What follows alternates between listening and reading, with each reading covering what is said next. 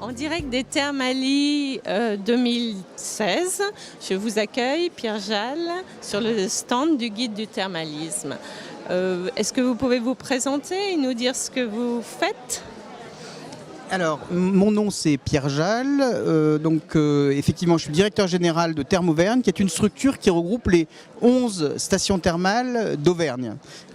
Un petit peu élargie. Je travaille aussi pour une structure qui s'appelle la Route des villes d'eau du Massif central, là à l'échelle de 17 stations à l'échelle du Massif central, et je dirige aussi un GIE, un groupement d'intérêt économique, avec des établissements thermaux qui gèrent un laboratoire d'autocontrôle des eaux minérales. Parlez-nous de vos projets, des innovations qui vont avoir lieu en médecine thermale et ce que vous allez pouvoir apporter à ces pathologies prochainement. Alors, en fait, au niveau de l'Auvergne thermale, on traite les 12 orientations thérapeutiques du thermalisme français. Alors, ce qu'on a fait, c'est qu'on a créé il y a 3 ans un cluster qui s'appelle Innovatherm. Et on travaille donc justement avec tous les labos de recherche en fait clermontois pour justement travailler sur des nouveaux formats de cure liés à la prévention santé. Donc ça nous permet justement comme ça de pouvoir mettre en place par exemple une ETP, une éducation thérapeutique du patient au niveau de l'arthrose, aussi de développer tout ce qui est cure après cancer, voilà, ce genre de choses, donc, mais qui sont validées scientifiquement par le biais d'études menées justement avec les laboratoires de recherche clermontois. Vous faites appel uniquement à des laboratoires de recherche clermontois, vous n'allez pas travailler au niveau national avec d'autres laboratoires ?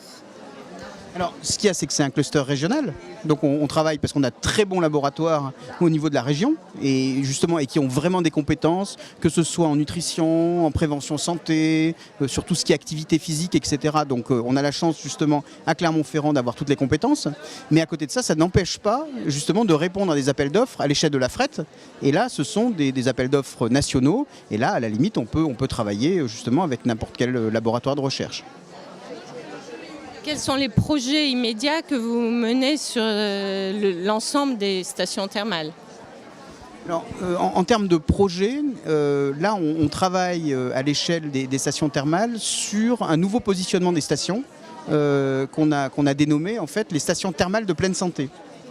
L'objectif étant, et là on travaille en fait avec notre conseil régional, donc Auvergne et maintenant Auvergne-Rhône-Alpes, justement sur ces stations thermales de pleine santé. L'objectif étant d'avoir une nouvelle organisation au niveau de la station pour pouvoir faire travailler l'ensemble des acteurs justement vers ce positionnement de la pleine santé, c'est-à-dire accueillir des personnes qui viendraient justement avoir les bonnes recettes justement de tout ce qui est la bonne santé.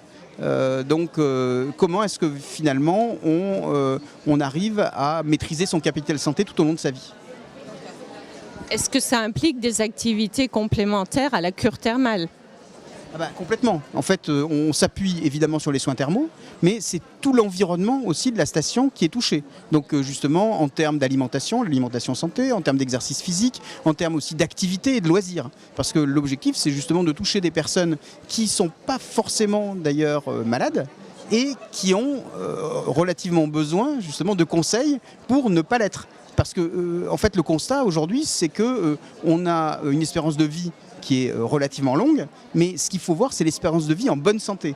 Et tout l'enjeu, c'est justement de rester en bonne santé tout au long de sa vie. Et pour ça, justement, il faut avoir des habitudes de vie qui soient les meilleures possibles. Et justement, le fait de créer en fait, des séjours où on apprend à rester en bonne santé, c'est à notre avis une voie de développement pour le thermalisme qui est très importante. Et à côté de ça, on s'aperçoit que la technologie peut aussi nous aider. Et notamment par rapport à tous les objets connectés. Donc justement, on peut être aidé par les objets connectés pour justement ne pas oublier de faire des exercices physiques, avoir une alimentation saine, et à côté de ça, ça n'empêche pas d'avoir des loisirs qui font du bien aussi à l'esprit. Et donc tout ça, c'est des choses qu'on peut apprendre finalement dans le cadre d'un séjour thermal.